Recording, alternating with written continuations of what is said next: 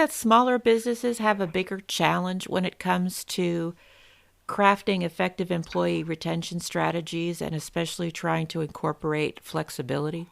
Yes and no. I think small businesses with a really fixed number of people that get the job done, yes, that can be very difficult, more difficult, not going to say very difficult, but more difficult. But I think it can be done. Again, there's so many options.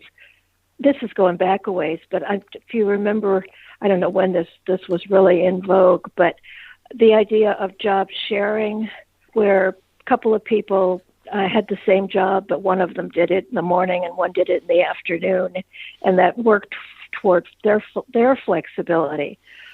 Things like that I think organizations are beginning to kind of revitalize, think about. Is this a job that we could do in a different configuration? So even small businesses can think that way. Now, I think we're primarily talking about knowledge workers here.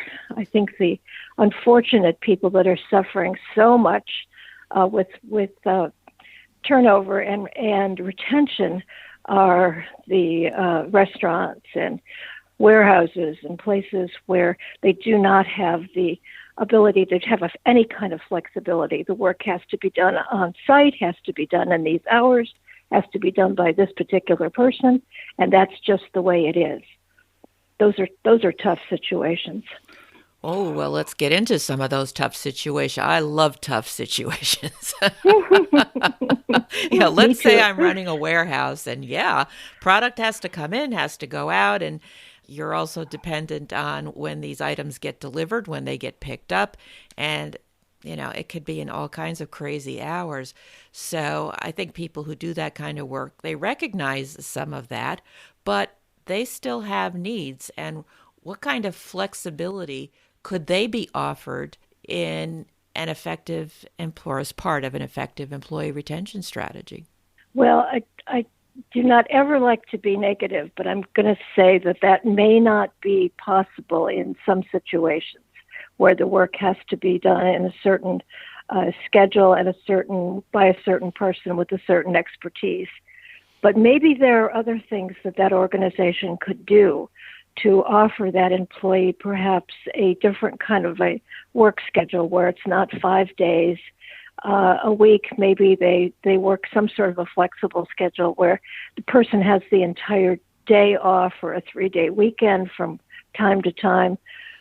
Something like that where there is an acknowledgement that we know that your job is very difficult and it's very time constrained and it's it has a rigidity to it that perhaps a knowledge working job does not have. But we're going to honor that and give you perhaps once a month you get a 4-day work week, or just being as open and as creative as possible.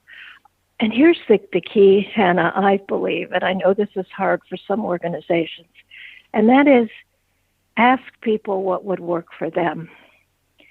And I know you might get a whole bunch of different kinds of requests, but then can you synthesize those, put them together in some way where you say, for the majority of our employees, if we made this kind of a tweak to our schedule, we would have at least some people that would be delighted by it, and others who would also acknowledge, well, at least the company heard us and they're trying. And that'll go a long way.